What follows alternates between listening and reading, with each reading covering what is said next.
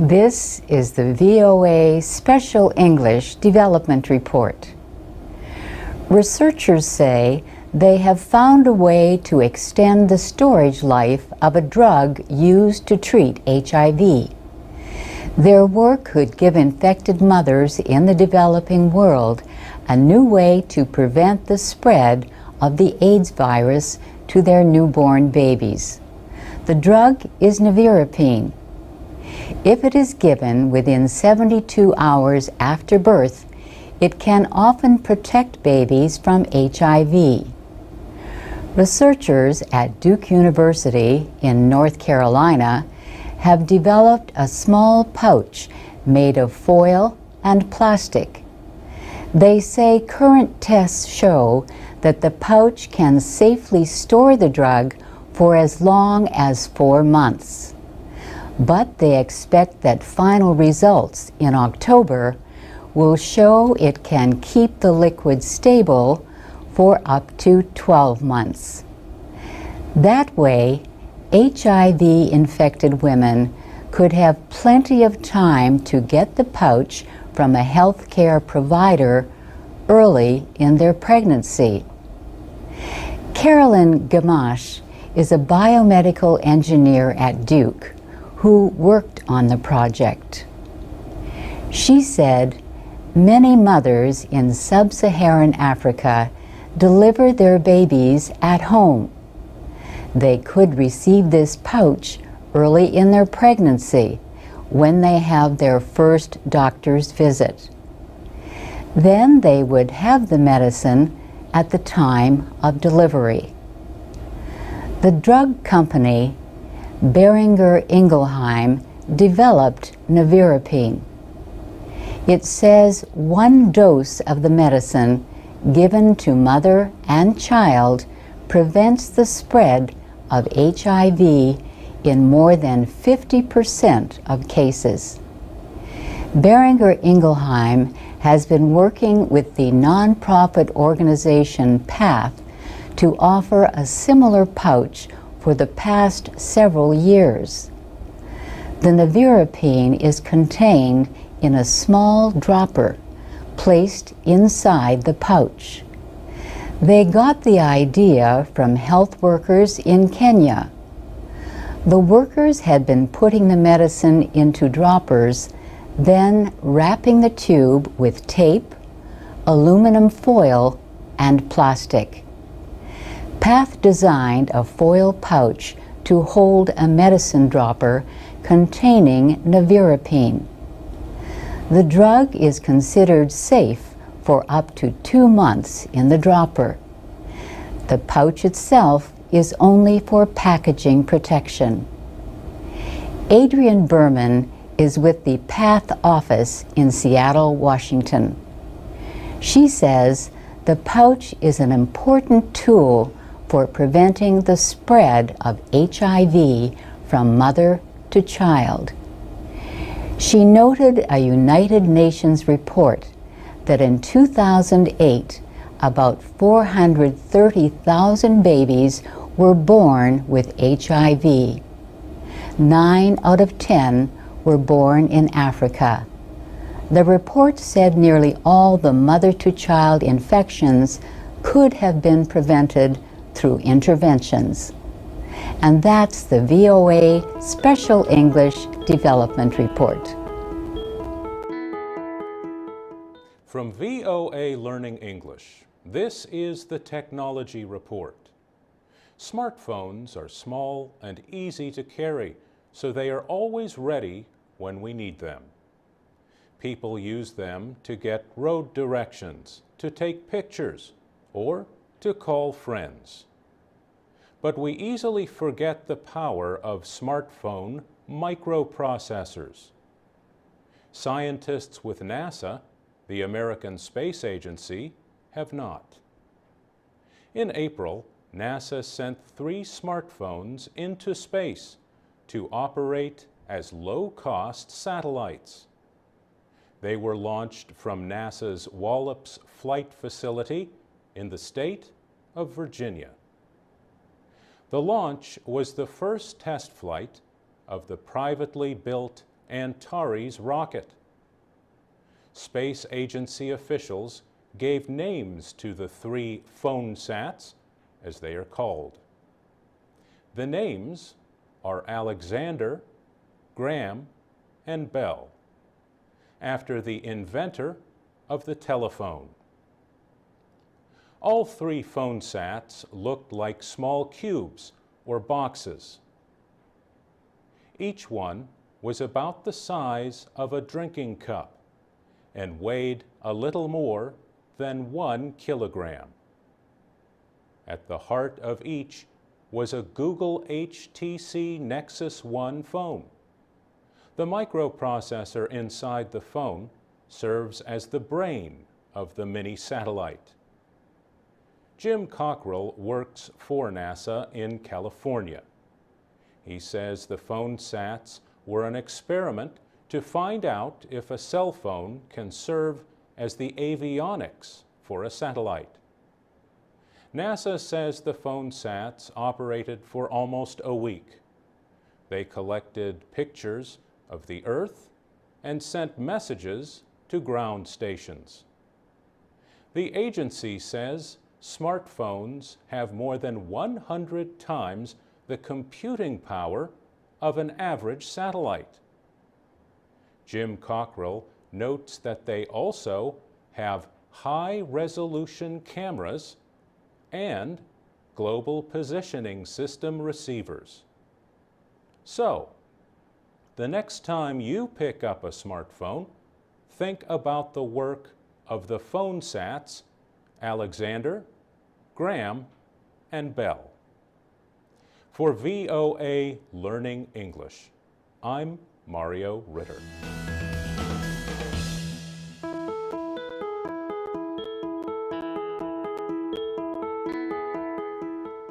From VOA Learning English, this is the Technology Report. Internet activists and human rights groups are criticizing an order that requires blogs and social media sites in Vietnam to share personal information only. The order aims to ban social media users and bloggers from posting other information such as news stories.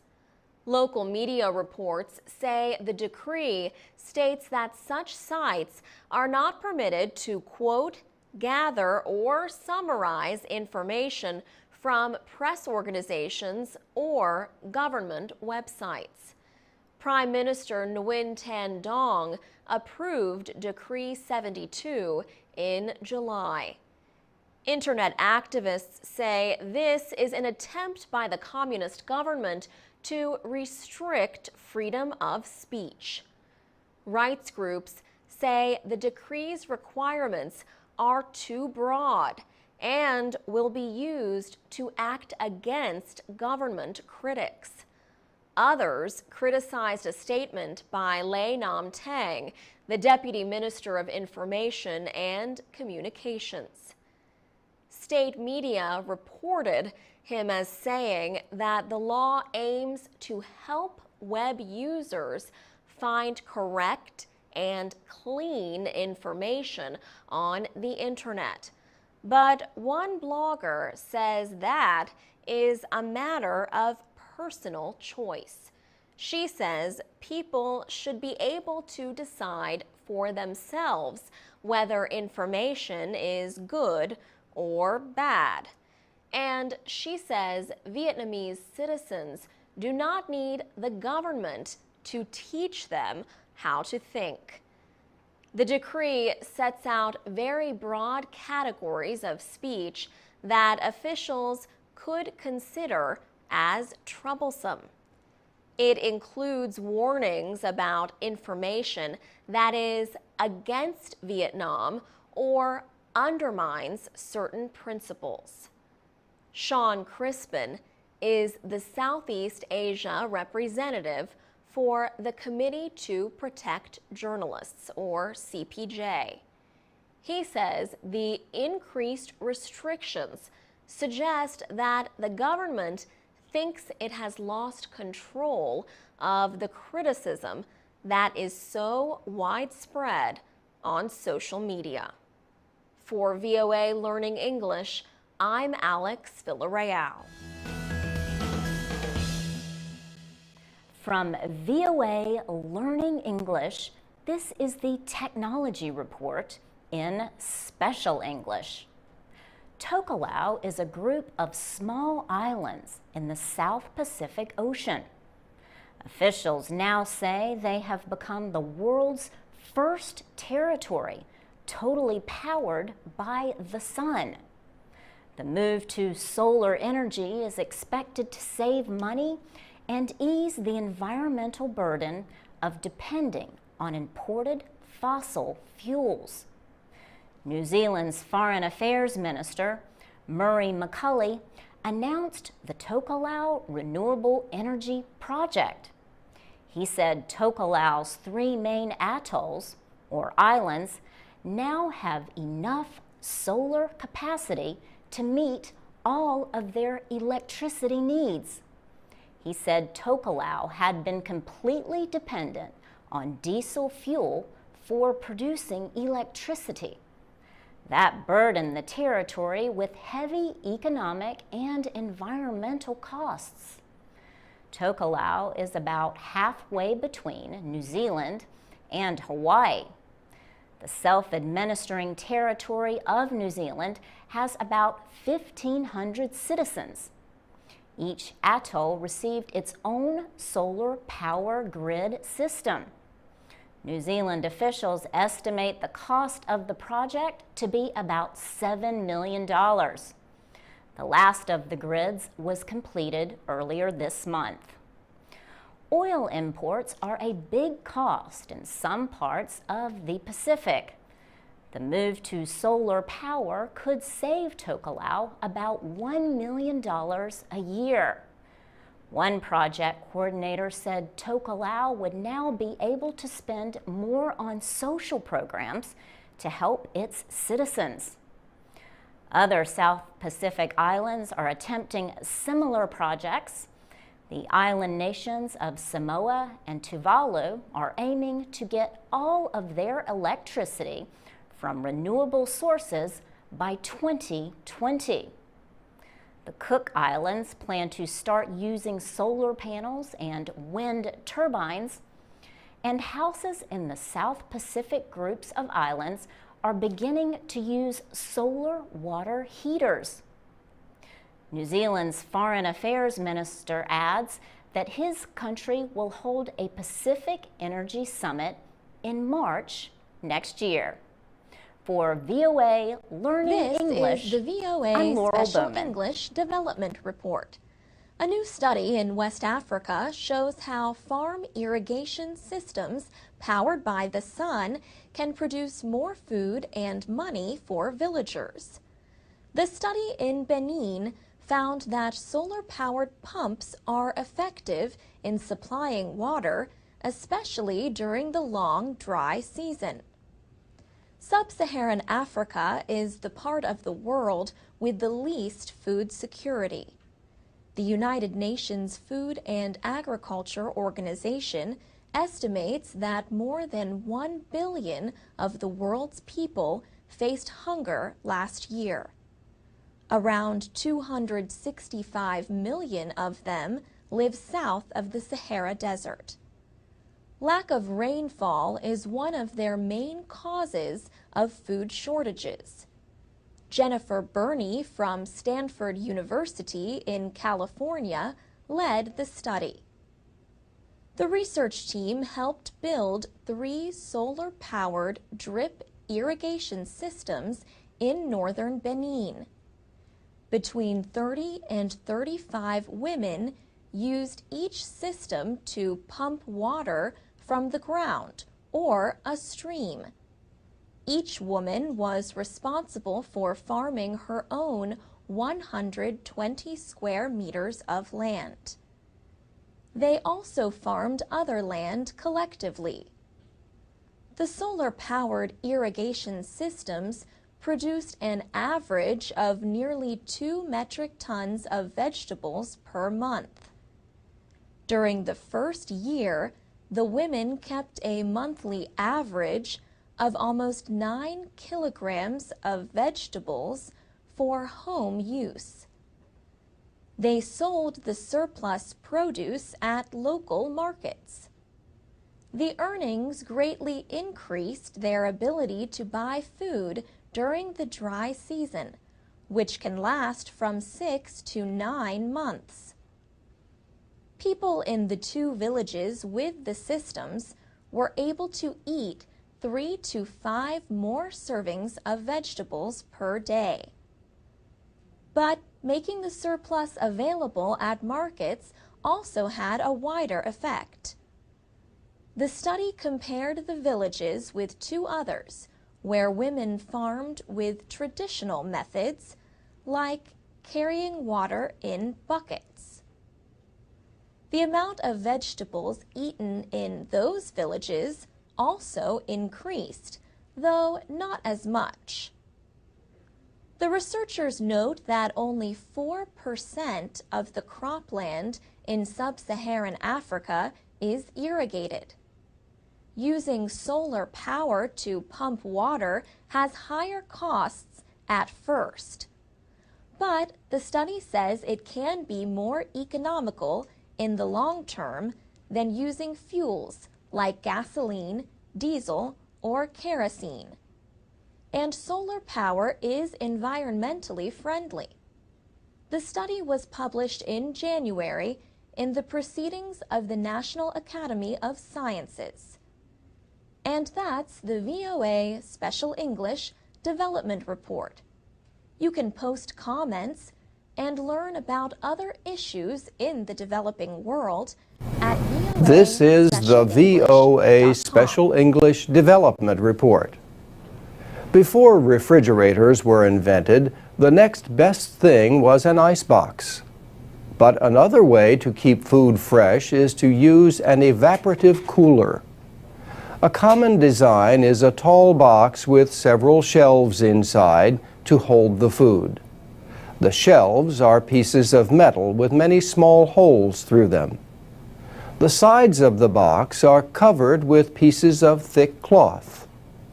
Containers of water are placed at the top and bottom of the cooler. The ends of each piece of cloth lie in the water so the cloth stays wet. The cooler is put outdoors, but not in the sun. Air will pass through the wet cloth. The inside of the box will stay several degrees cooler than the outside air temperature.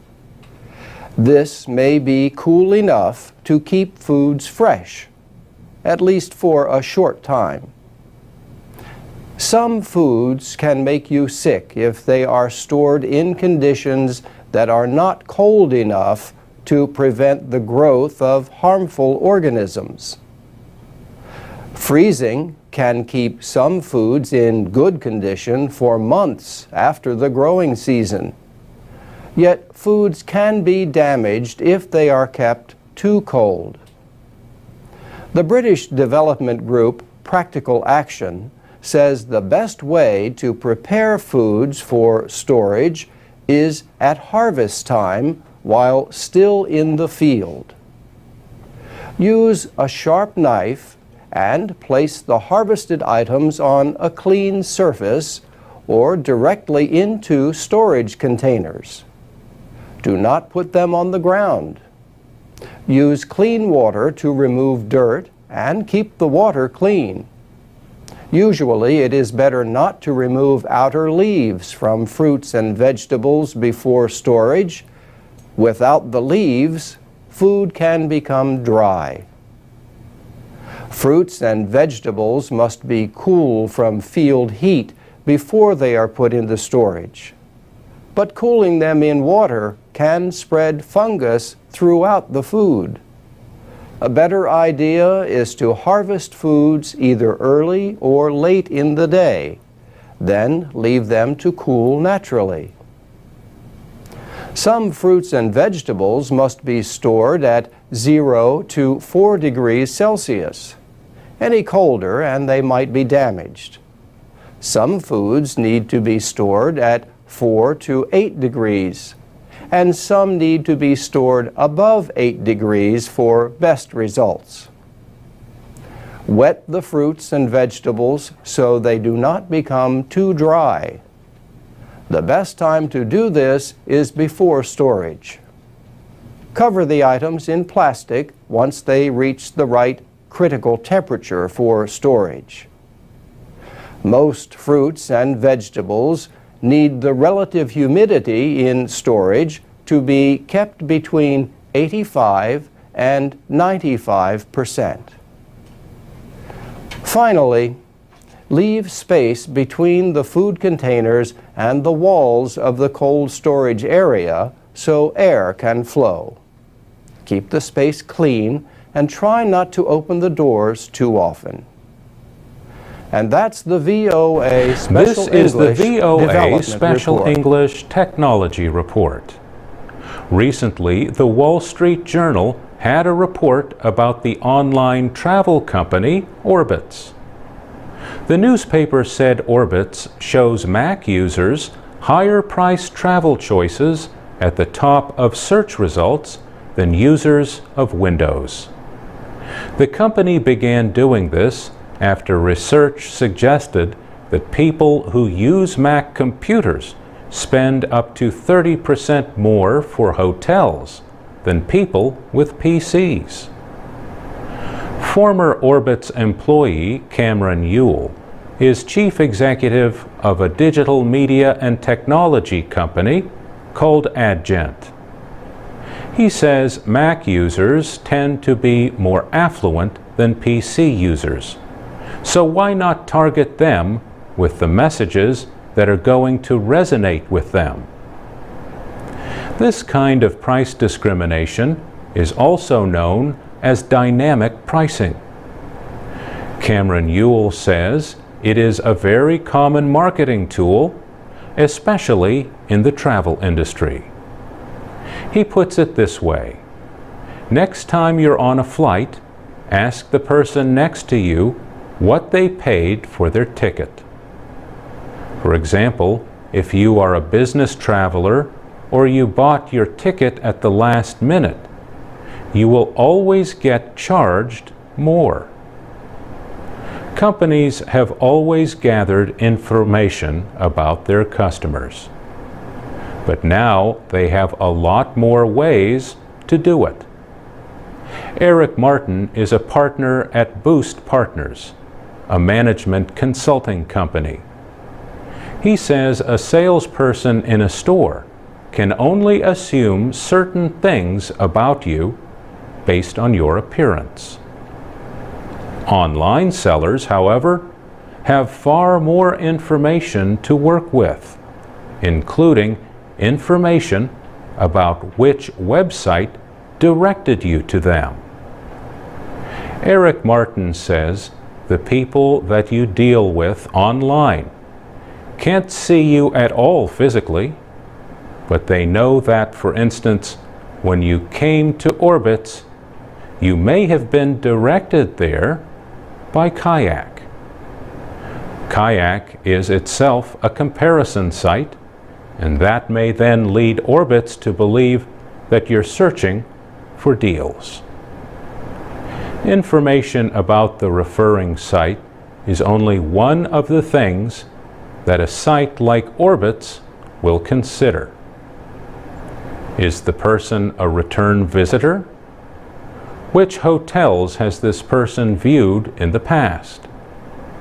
Websites collect this kind of information by placing small files known as cookies on a person's computer. In the case of Orbitz, Mac and PC users were actually given the same choices. However, they appeared in different orders. For Mac users, the higher-priced hotels showed up higher in the search results. Orbitz says 90% of its users book a hotel that appears on the first page, and mostly in the top 5 listings. For VOA Special English, I'm Mario Ritter.